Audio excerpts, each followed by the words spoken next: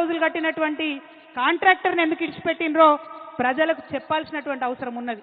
అంటే ఇది కేవలం కుట్ర అన్న విషయం ప్రజలకు అర్థమవుతుందన్న సందర్భాన్ని తెలియజేస్తూ మరి కాంగ్రెస్ పార్టీ ఇట్లా తెలంగాణకు ద్రోహం చేస్తుంటే బీజేపీ పార్టీ ఏం చేస్తుంది?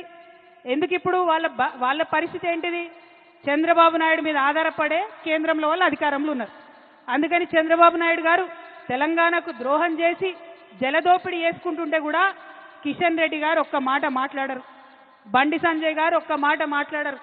8 మంది ఎంపీలను గెలిపించి 8 మంది ఎమ్మెల్యేలను గెలిపిస్తే 8 రూపాయలు కూడా మనకు బడ్జెట్ లేకపోతే మాట్లాడేటటువంటి ధైర్యం లేదు. బీజేపీ పార్టీలో ఒకడే ఒకడు తెలంగాణ బిడ్డ ఈటెల రాజేంద్రన్ ఉన్నాడు, మరి ఆయనన్న మాట్లాడతాడేమో అని నేను అనుకున్నా. కానీ గోదావరి నీళ్లు అక్రమంగా చంద్రబాబు నాయుడు గారు తరలించకపోతుంటే ఈటెల రాజేంద్రన్న కూడా మాట్లాడలే. అన్నా రాజేంద్రన్న, తెలంగాణ ఆడబిడ్డల తరఫున, తెలంగాణ రైతుల తరఫున, తెలంగాణ జాగృతి తరఫున నేను మిమ్మల్ని రిక్వెస్ట్ చేస్తా ఉన్నా. ఆనాడు ఉద్యమంలో మనం ఏమన్నాం? బీజేపీ నాయకులు పదవుల కోసం పెదవులు మూసుకొని ఉన్నారని చెప్పినాం.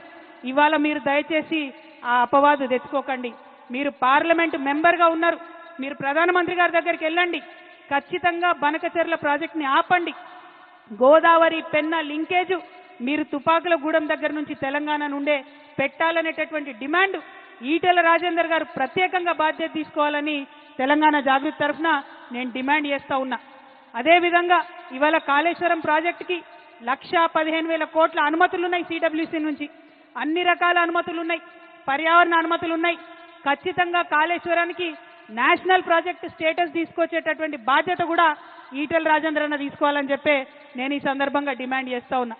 మరి మీ అందరినీ నేను కోరేది ఒకటే, తెలంగాణ ఉద్యమం పుట్టిందే నీళ్ల కోసం, నిధుల కోసం, నియామకం కోసం. ఇవాళ నీళ్లలో అన్యాయం జరుగుతుంటే చూసుకుంటూ ఊరుకునేదే లేదు.